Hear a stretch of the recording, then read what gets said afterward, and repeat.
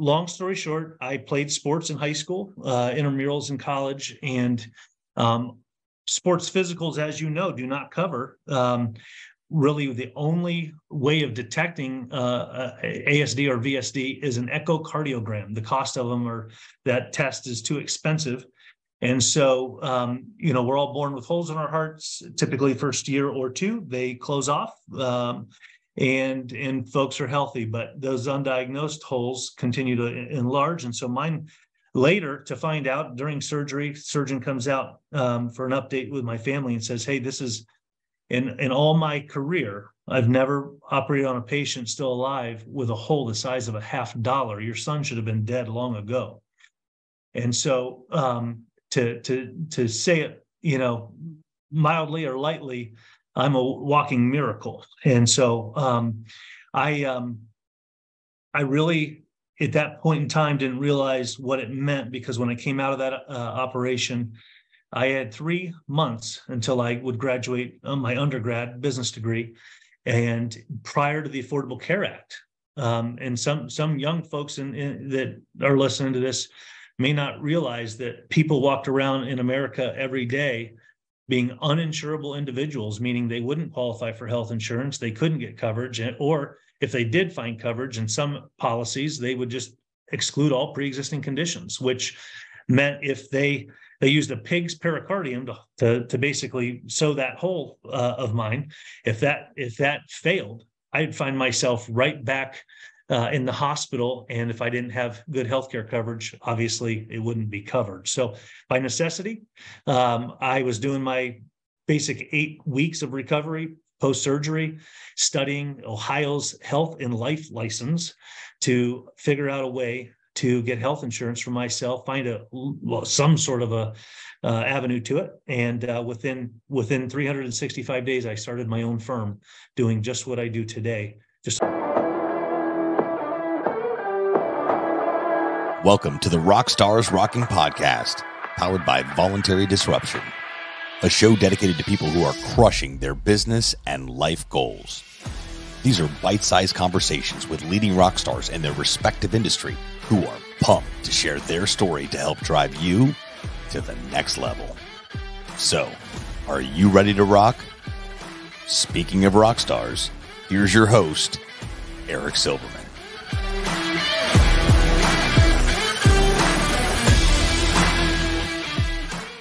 Hey, rock stars, welcome back to another episode of RockstarsRocking, where you know it. I say it every single week. We only have the finest, the most exceptional, kick-ass rock stars rocking, the folks that are doing well in both business, personal lives. And you know what? This week is no different. Everybody help me welcome my friend Bryce Heinbaugh, CEO, managing partner of IEN Risk Management Consultants and president of Concierge Nurse Navigators. Bryce, welcome to the show.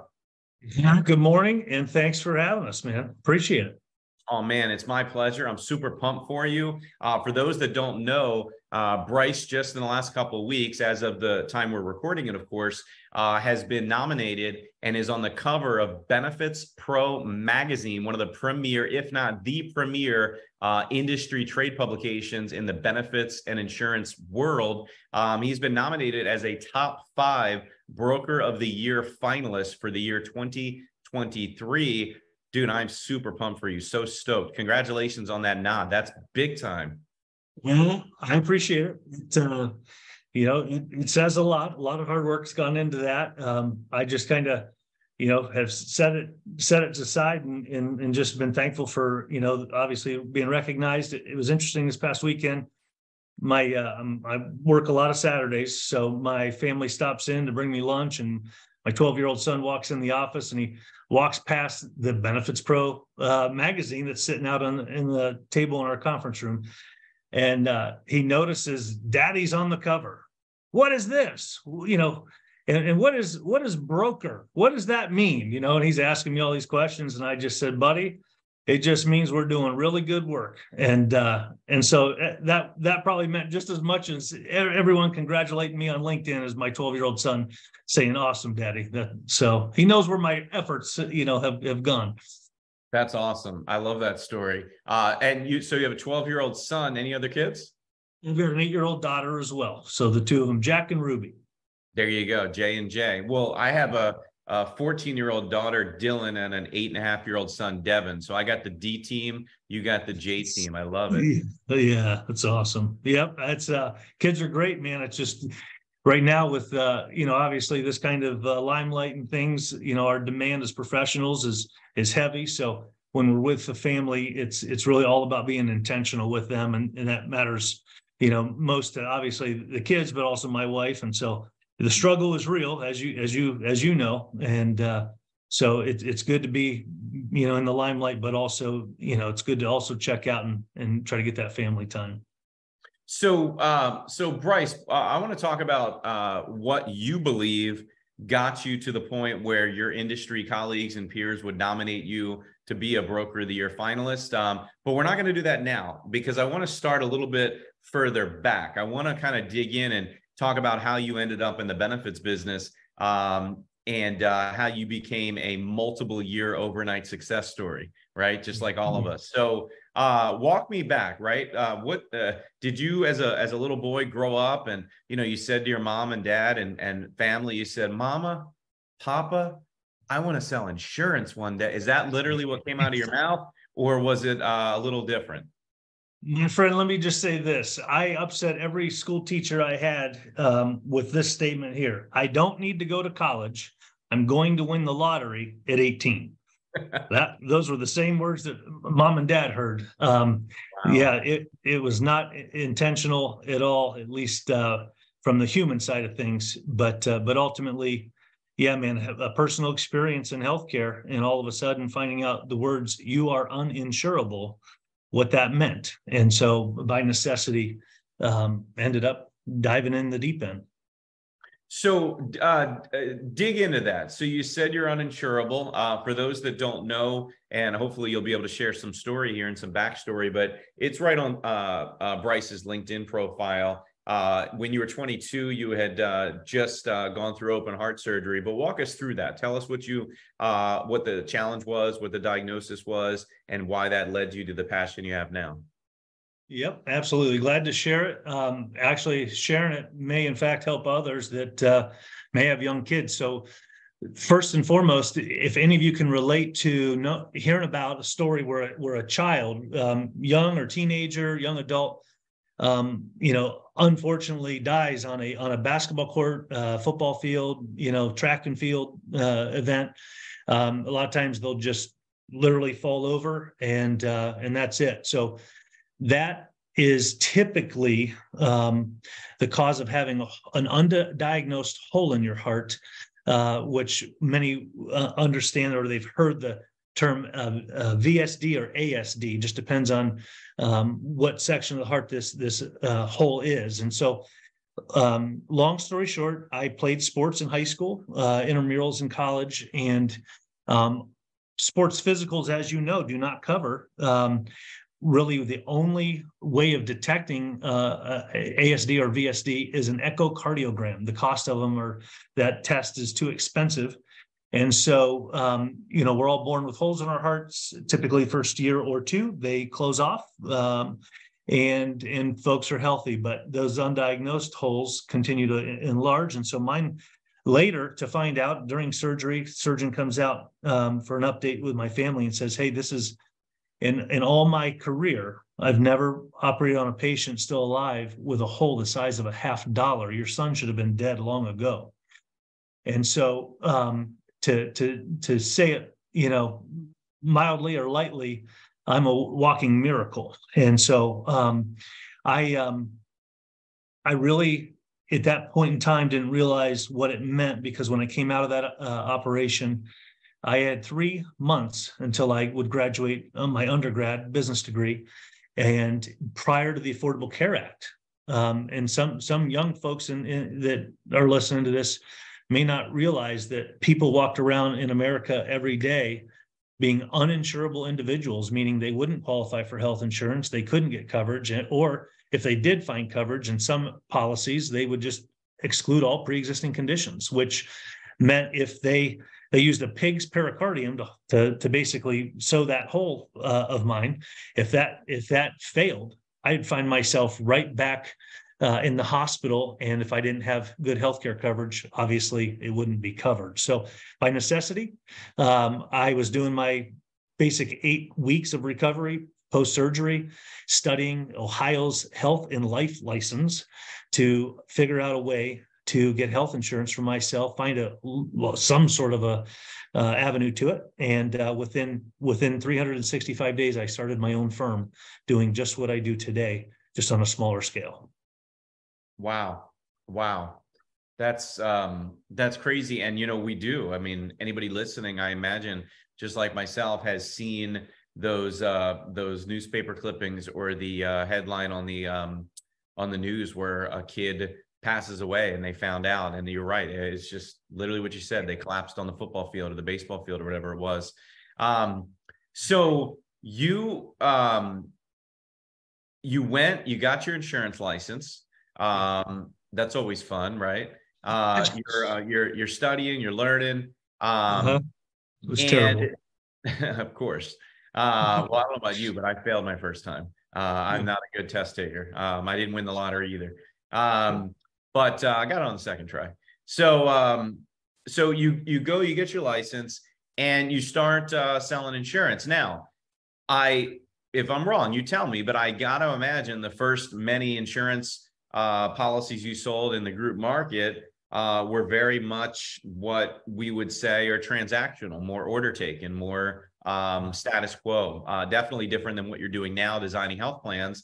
Talk about the transformation in your mind, or did you always start out doing innovative health plans from day one? Yeah, man. No, I was, what I felt like a commodity trader. It was just selling garbage to garbage men. It was terrible. In the 2 to 50 space, there wasn't a whole lot of innovation that could be had at that time. So, sure. It was really, there was no differentiation. I couldn't be really, value was not recognized for the space between my ears, right? I was really just out there brokering, let's switch it, kabuki dance. And then all of a sudden, boom, we're to a new carrier every 12 months. And so started to do things a little differently. Long story short, I failed miserably at my first possible self-funded appointment. It was a public school district. The meeting was actually in 2003, and I got into the business then, but I landed this elephant of an appointment, didn't have a clue what I was doing. School treasurer, superintendent, all of this, they'd listen to me. I didn't know what I was doing. I bring a guy in to help me that had a little bit more knowledge. He actually oversaw the health plan at Ohio University, so I knew he knew what he was doing. But we ended up not getting any traction in that meeting. But in the parking lot, my friend says to me, Bryce, you should really consider going back to school. I'm leaving Ohio University, headed up to Cleveland. I'm going to run this healthcare MBA program in Cleveland at a private school that I think, given your scenario, Bryce, well, the one thing that you lack is social capital. And I said, okay. He says, I realize that you're not in the corporate world and quite honestly not climbing a corporate ladder. So don't look at it necessarily as education as the great value in an MBA program. Look at the handshakes. You're gonna meet people that could, exponentially, advance you in what you're doing. And so I want to share this, Eric, because it's important. But I shook the hand of a man that owned an independent third-party administrator in Cleveland, Ohio, and from that day forward, innovation and self-funding, impacting, an employer and their families. That's where I got my start, shaking that hand. This guy ends up taking me under his wing and teaching me all there is to know about high performance plan designs and in the business that we do today. So that was 2003. So that fast forwarding, I enrolled in that MBA program. Took me a little while. I had to sit for, was it the GMAT or things like that?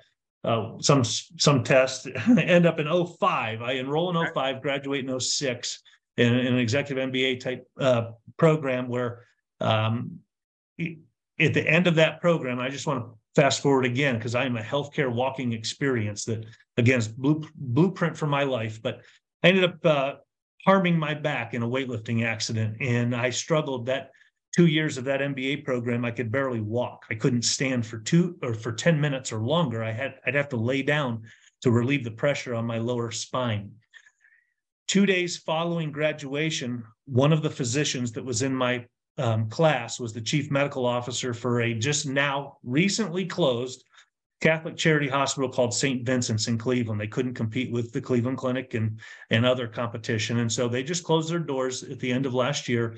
Well, my friend then was the chief medical officer. He said, Bryce, I want you to come see this neurologist and I will VIP experience you. This guy's one of the best there is. He's been around for a long, long time. So I had a full back surgery 2 days after graduating my MBA. From that point forward, started doing self-funded plans with my TPA friend learning. And so that's really how it all came to be. I mean, I would say that's very ahead of its time. Specifically, I mean, it sounds like you were doing that innovative plan design back when, 99% of advisors and brokers and consultants were still doing buka selling, as you would know. And I would even argue in the year 2023, and I'm probably going to catch some flack for this, but I would argue that 99% of the advisors, brokers, and consultants we see and interact with on LinkedIn and social media brag and preach what you're talking about. And yet they, what I've noticed is they often use it as a door opener when prospecting to talk to an employer, large and small, about some innovation. And yet, as soon as that employer gives pushback, which always happens, they relent back and say, okay, no problem. Well, you just sign here and take over the BOR and we can do the charade and move you from Aetna to Cigna to Kaiser to Blue Cross and back and forth every other year. What do you think about that? Because, and again, you don't send Bryce hate mail, send me hate mail. I'm fine with it. I enjoy it, actually. But that's just what I experience. I see people talking about it, but not walking the walk. What say you? Yeah, man. So yes, the answer is, first off, we were starting to do this probably long before others were. Just again, I know it because every time we walked in the door of a prospect, if we at that point in time, I said, hey, we're going to go to the moon. No one could wrap their head around, we're gonna walk on the moon. What? Sure. So it was doors closed, doors slam, get out, don't know what you're talking about. So that was 9 out of every 10 meetings. And so today, some of the folks that are out there may in fact still use the line, hey, we were innovative and we're gonna create some high performing plans for you. But a lot of times those solution sets just gets kind of spreadsheet right next to the BUCA plans that will eventually, that's what the end sale will lead. So I agree with you. I do see it quite often. For example, a lot of times, Eric, we'll get called into a client or a prospect that says, hey, our broker or our consultant or advisor has looked at self-funding for us in the past. They've done the due diligence and they've come back and it's just not worth it. It's too risky, or we're not the right fit. So they said we better just stay with Blue Cross. And then I take a peek at things and say, well, gosh, I do see what they've shown you here, but it was just a talking point to make you feel good that they took a look at things. But honestly, I think you're doing harm by staying fully insured or staying with that BUCA level funded plan. So yeah, you're right. There are movers and shakers. There are doers and sayers, and just know that if we get called in, we're going to do absolutely everything we can to walk the walk and talk the talk. Yeah, I mean, and again, I'm not looking, when I was joking, I'm not joking. I'm not looking for people to be upset, but there are definitely, I appreciate them listening. There are a lot of advisors and brokers and consultants that do listen to the show. They tell me, and I appreciate it, but there are just so many out there that really do use it as a way to prospect. And you know what? to give a little credit from a marketing perspective, it does help book appointments, because when you can say with passion that you have a new idea, a prospect will meet with you typically at some point.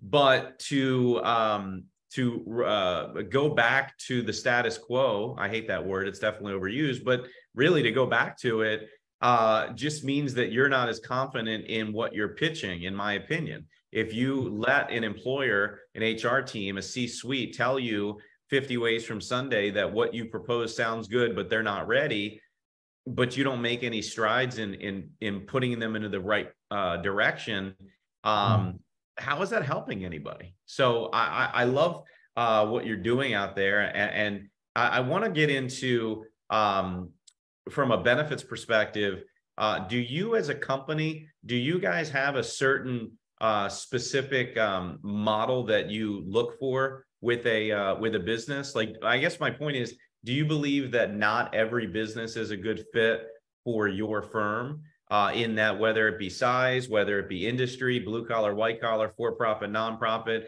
you have a certain vertical you like to focus on? A lot of brokers I talk to, they just want anything and everything, throw it to the wall, and if they say yes, we'll take it. Do you guys have a different approach? The quick answer is yes. Okay. Value alignment is very important to us. So our organizations with concierge nurse navigators, every time we're talking to a prospect in a discovery type call, not to sound legal, I share right out of the gate that we're a servant-led, spirit-filled, mission-driven organization. And these are our core values. And this is our mission statement. And if we begin at all to realize that that does not align with the organization whom we're talking with, it's really simple, Eric, for us to just pull away, pull out, and not move any further down the line. So we serve populations that are typically working middle class, and sometimes more often than not working poor. Now stop and think about it. What can we do as advisors or consultants that could have a forever impact to employees and their families? It's these health plans, right? Think about what happens if you or a family member is diagnosed with a chronic disease or disorder, or given a stage 4 cancer diagnosis. Your whole world stops. Okay. And so we create plans that people don't have to worry. We have nurses who guide and shepherd these people away from harm. We get them to high quality providers and doctors. And we also make sure that a cost barrier to that care is not going to even be a problem. They're not going to have to worry about bills. And so we alleviate as much as we possibly can during that crisis or event. I think that the underserved populations that we serve forever are impacted, and forever are grateful in an amount of gratitude that you can't realize until you see it firsthand. There are times where our staff will share case studies, patient case studies, and you can hear pins drop. Like it's just utmost silence, because we know that we're helping people who right now in most of these status quo health plans, these are the people who are just either taken advantage of or left behind when it could be the end of life care, or a major diagnosis like that, like I was telling you, open heart or back surgery, something like that. So yeah, man, we're real picky with who we work for and serve. I don't know that I have more than a handful of white collar businesses that we serve. Okay, now stop and yeah. Well, no, well, I was going to kind of dig deeper into that. So, and I'm saying this with jest, but I mean, in Ohio, where you're at, you live in the Beverly Hills of Ohio, right? You live in the richest of all rich communities. Yes? No? Tell me a story. Right. 8th poorest county in the state of Ohio, largest in square miles in the state of Ohio. We're an hour east of Cleveland, Ashtabula, Ohio. And it is a working class town, Rust Belt. It's actually under federal designation, unfortunately, considered Appalachia. It is, industry left, steel mills closed. Our port is literal. As I sit at this desk, I can look out this window that's 5 feet from me, and I can see the port, the boats that are in here, iron ore and aggregate piles. But most of that has really slowed down. It's not what it once was. The opioid epidemic is real here in this town. It is, unfortunately, I serve on our county's health department board of directors.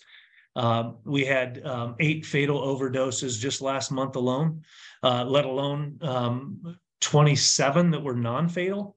But we are one of the worst counties, including a small town, Portsmouth, Ohio, down south along the river, West Virginia area, that battle with all of these things, social determinants of health. Like I tell Dave Chase often, I said, Dave, we are as similar to the Nuka population, the tribal population in Alaska, with all of those same or similar demographics of people. The social determinants here, unfortunately, really are holding us back for greater health outcomes. While we have local hospital, our largest local hospital, they'll tout that we're the largest employer in the county. We have $100 million payroll per year, and they're building a brand new $100 million patient tower here in this city, in the city of 20,000 people, with, I believe it is over 35% of the households living at or below federal poverty level, and $100 million shiny new patient towers going up. Where's that money coming from, Eric? Wow. Us. Right, our community, and it's going to get siphoned right out of here. And economic impact and those dollars will leave our community. So when we create the health plans that we create, like here in Ashtabula County, I have 2 independent direct primary care doctors servicing the accounts that we have locally. I have a community pharmacist that's embedded in 100% of our plans, making that all generic drugs on all of our plans are free at that community pharmacy only in town. And everything that we do is that care model that many people are right now coining advanced primary care. But what does it do? It stops downstream hospital revenue and unnecessary services and middlemen from touching the money. Man. So small town. Yep. Not the biggest income earners, to say the least. Yep. For your firm, how are you prospecting? How are you earning new business? You can't be the only advisor, broker, consulting firm in your town. If you are, that certainly doesn't stop surrounding towns from coming into your town. There's no quote unquote geographic borders for independent brokers and advisors. So do you go outside of your town? Are you only in your town? Are you national? Do you have clients all over? And the reason I ask is I have a number of advisor, broker, consultant friends around the country, and colleagues and partners and clients who they would love to stay right there in their own small town themselves, but they don't have the ability, in their mind at least, because of a lack of business opportunity. I'm just curious your opinion on that. Yeah, so my opinion is this. Jesus was not considered a prophet in his own hometown. Okay, so now think about this for a second. As I just shared with you, been doing this for quite some time now, and overcoming the obstacles of, oh, this would never work, all the doubters that say this isn't going to work. Tell me who else has done this. Tell me what the outcomes you've driven, all of this garbage, right? Mm-hmm. So unfortunately, by default, if you're an advisor or consultant really looking to do and grow your book of business in this fashion, you're going to have to go out and find those folks who will believe in you and see your value, right? If folks don't see our value, I don't have to jam it down their throat. I'm going to move immediately on to someone who will. That's where I'll spend my time. Now, fortunately, we're blessed. Since 2019, I really don't know that I've done a whole lot of outward prospecting. Okay, we now have more business outside of the state of Ohio than we do in. So that's the high hope of anyone listening, saying, man, my hometown or my county or my city, I just can't get traction here. Then don't. Go where you can find those who see your value and are willing to pay for it. Secondly, I will say, as you do gain some traction, it is like the domino effect in any small town or region. The more that you do, the more employers say, yeah, I heard about, I want to do that for our organization. So I just want to share with you real quick, Eric, our largest local public school, inner city, Ashtabula City Schools, right? They're the only ones that really saw the value in us. We fired the BUCA summer of 2020 during the midst of COVID. Went to this high-performing Health Rosetta style plan that we do. Long story short, the city manager, his wife is a teacher in that school district. He and his family experienced our high-performance plan with the DPC doctor, the nurse navigator, and the pharmacist, and said, man, oh man, I want the same thing for our public municipality, Ashtabula City.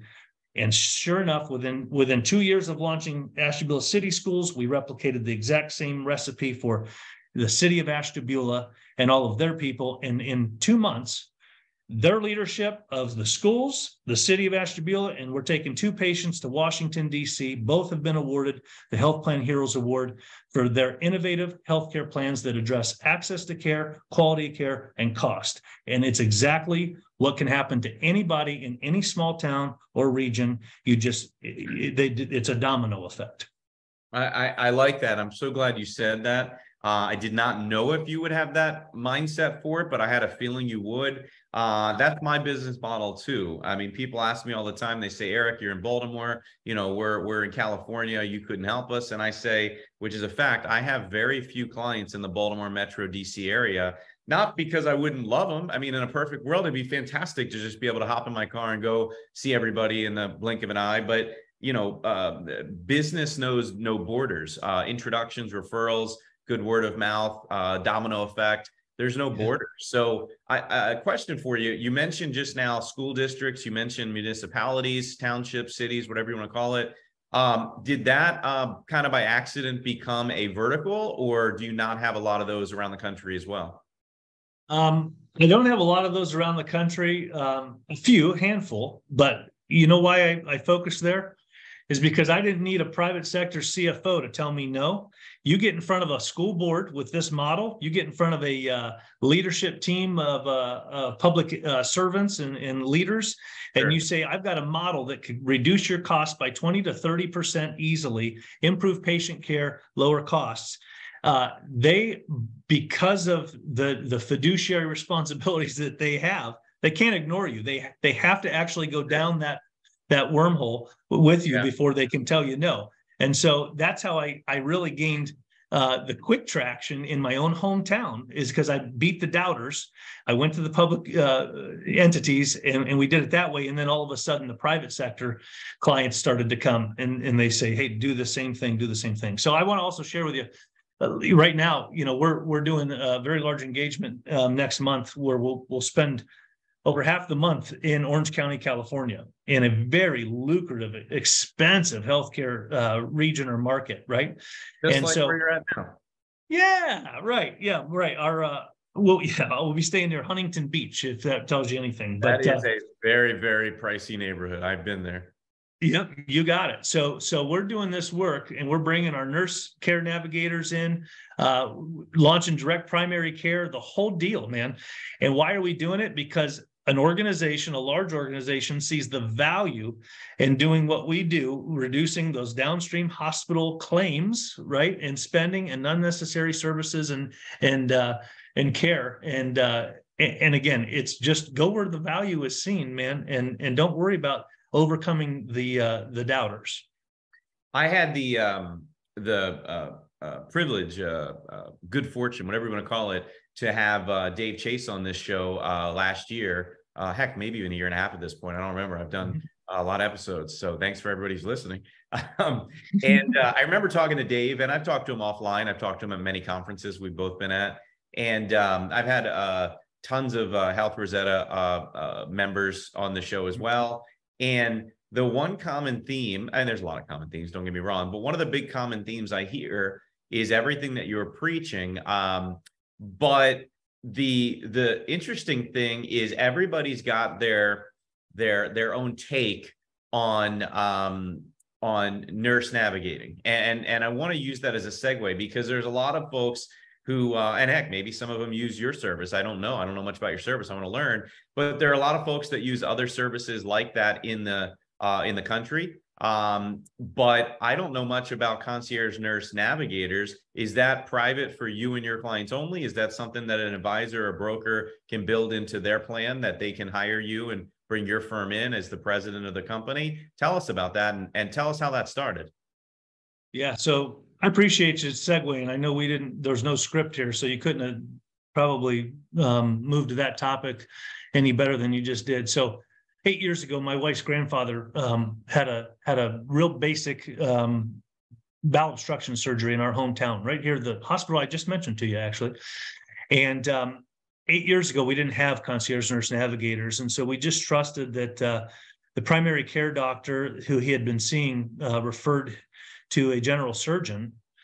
That general surgeon, had we known, has one of the highest infection rates and readmission rates there is in the country. We would have never let Grandpa go. 8 o'clock the night of the surgery, post-op, Grandpa, we got a phone call from the hospital. It said Grandpa had an infection and it had just moved to his brain, and now he's sepsis. Unfortunately, we could not, due to fog in our area here that night, we could not get him on a medevac to Cleveland. And so we ended up waiting 6 additional hours to get him transported by ambulance. I'm telling you this because immediately upon arriving in Cleveland, he went on life support. We left him alive for 4 months on life support. And unfortunately, then we shut it off. So had we had concierge nurse navigators, and had I had the ability to check evidence-based data on that surgeon, our family would have never, ever let Grandpa go to this local hospital with this local surgeon, who, by the way, Eric, produces surgeries every day still today in our hometown, but the public has no idea how many people he harms or kills, okay? And we just had another one through the local pharmacist who just said, this was my patient, and a surgical complication from that same surgeon, she's dead now. And so these types of things keep happening. And so I share that with you because, again, like my open heart surgery, we saw the ability to help steer, shepherd, guide, and protect patients in their healthcare journey through a crisis or an event.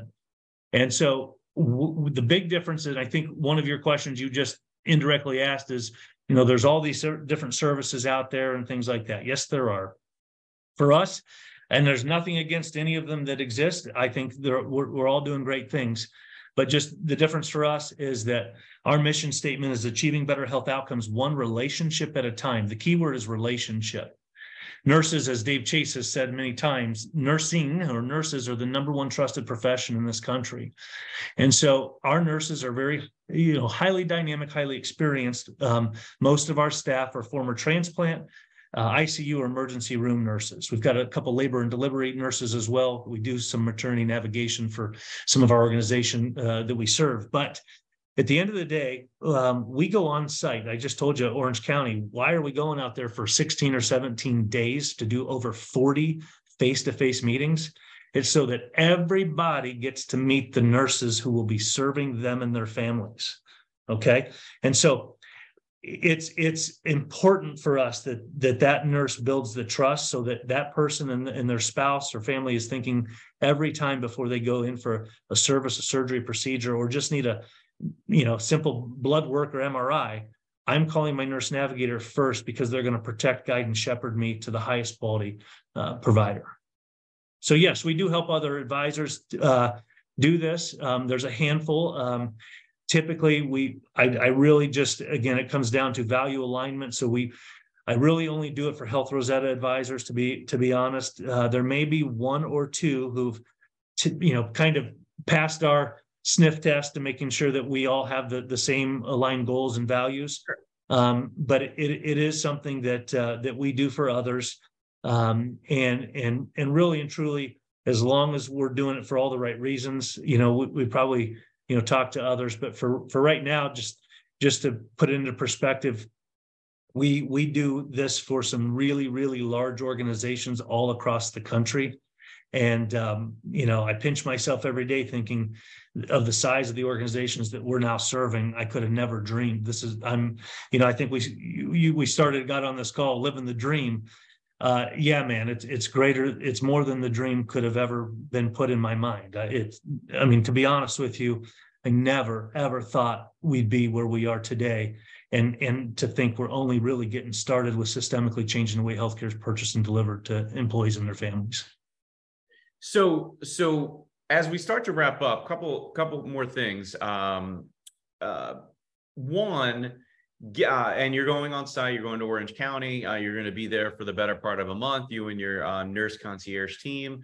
But in general, for every group, whether it's a small group, whether it's a mega sized group, anywhere in between, let's talk about, I'm a big believer in communication to garner engagement among the employee population.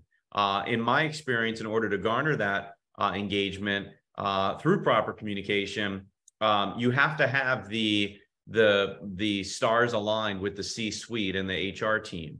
If the C-suite loves everything you want to do to help save the plan money and do better for the employees, but the HR team isn't on board, it's going to fail. If the HR team's on board, but the C-suite's not, it's going to fail. So talking about missions aligned, walk me through how you get the word out, not just during open enrollment, but throughout the year when it comes to new hire onboarding for your clients. Like, how do you communicate the message across the employee population to steer them in the right direction, to constantly be on them and remind them of where to go, where not to go is also very important, and how to utilize their medical plan, let alone all the other plans that you put together for them that are extremely important? Yep. So great questions. So yes, communications to plan members is key. We have a comms plan that we do for every new engagement. So we lay it out. Here's what we need from leadership.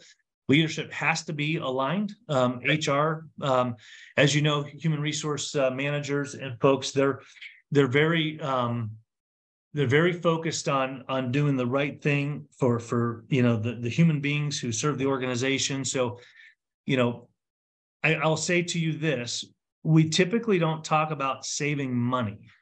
If in a boardroom we're with the CFO, a CEO, or their actuaries, some of these organizations, jumbo accounts, hire actuarial firms, right?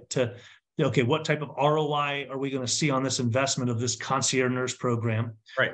So we'll talk money then. Sure. But after that conversation, it's really and truly about people and outcomes and quality. Mm-hmm.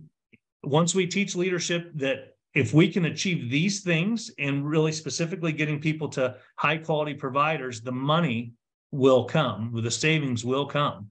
And so it's capturing the emotional intelligence of not only the leadership team in HR, but having them help us reach the members, the employees, and how best to speak and communicate. So things like, for us, we do a lot of creative things that keep us out in front of plan members. So from, obviously refrigerator magnets to health posters, those types of things, but also, air fresheners. If it's a logistics company where you got a lot of truck drivers, well, here's the contact information of the nurse on an air freshener.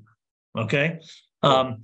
So they're constantly being, just either sprinkled on or pinged, but ultimately, what we're really proud to say and tout is that we, in all of our experience, and we've been doing this now about 4.5 years on the Concierge Nurse Navigator, our engagement rate is typically greater than 50% of eligible members. Now think about that. That's really, really high engagement. But once we capture that engagement and build that trust, man, the goal is to keep it just as high, if not higher, each and every time. So re-education, all of these things, it's all part of the comms plan. So how does technology play a role? Do you ask your members to download an app of some sort for yourself or one of your vendors? Do you blast email them from the HR department? Do you do it? Is there a big text that goes out throughout the year? Some of the advisor partners that listen to the show, they're always inquiring about stuff like that, because there's a line that, employers say it all the time. Well, you don't know our guys. They're not going to download the app, or they won't do this, or they won't do that. So that's always a compelling question that I ask every however many people I have on the show. Good question, man. I'll upset half of your listeners and the other half will say, hell yeah. Okay. I love it. Do it.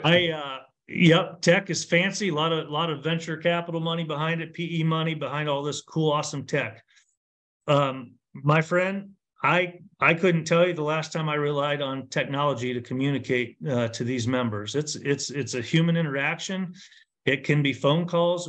Each and every one of our nurses has a HIPAA secure text line. So a lot of the communications will happen via text, but let me just put it into perspective that some of the greatest populations we serve are in Appalachia. So West Virginia, Western Virginia, North Carolina. In West Virginia, and if anyone's ever traveled, through those mountains, they realize that your cell phones don't work there. When we go down and do our educational meetings, there'll be a 3-hour stint, 3 hours where there is no network coverage. And to put that in your mind, and of course, people are saying, well, that's not everywhere in the country. No, it's not. But most of those folks down there either don't even have computers at home, by the way, or access to high-speed internet. So it's phone calls. And then many times it's the HR manager saying, hey, nurse is on the line, she wants to talk to you, and sometimes that way. But a lot of what we do still comes back down to that human interaction and that on-site meet and greet. We re-educate every year. We send the nurse on-site prior to open enrollment, re-educating. And I'll tell you, Eric, when you see it firsthand, employees coming off of maybe they're diesel mechanics coming off of a truck with a wrench in their hand, and they're hugging the nurse upon arrival. They're saying thank you, or the wives that will come in for those meetings just to say thank you to the nurse because they were a cancer diagnosis that nurse helped guide and steer through their journey. And so I'll just tell you, we're real. I keep the tech kind of at an arm's length. I don't necessarily try to utilize it as much as we do just that personal human interaction. And I realize a lot of people listening will say, oh, that's bull crap, or, oh, that's so costly. How do they do that?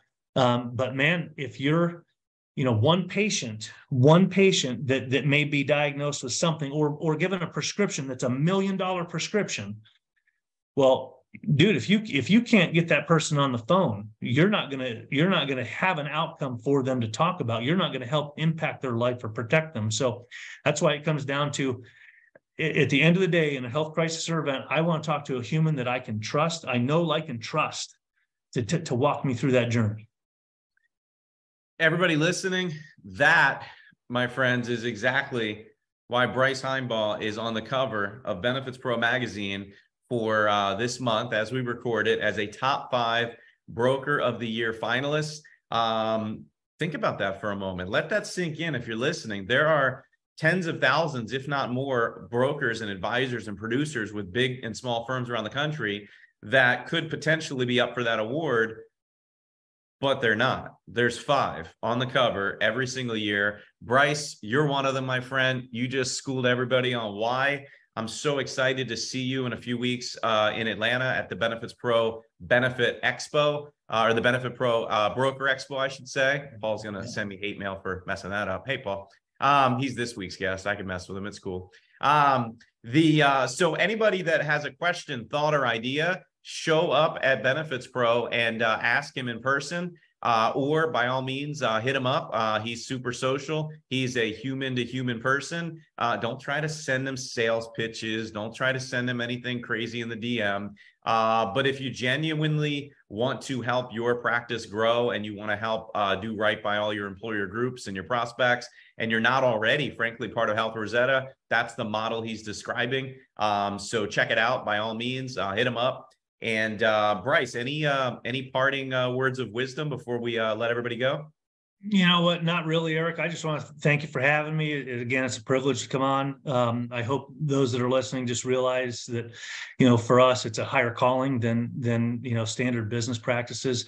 At the BenefitsPRO Expo, those that do, attend, my leadership team will be there with me, and I would certainly open this up to any of you that really want to know and understand a little bit better how we impact, but also like how you can do the same exact thing and help us all systemically change the way healthcare is purchased and delivered. So excited to see you there as well, my friend. I look forward to that, shaking your hand for the first time, and anyone else that just wants to say hello. So thank you. I love it. All right. Well, guys, listen, I say it every week. I just show up and ask some fun questions, have a good time with my guests. But I don't do anything on the back end. So, and it takes a village to put this podcast together. I sell insurance for a living. I don't do this for a living. So for everybody behind the scenes at the Rockstars Rocking podcast, I appreciate you. I appreciate all the listeners. And until next week, don't just have a great week, make it a great week. Thanks, Bryce. Thanks, everybody.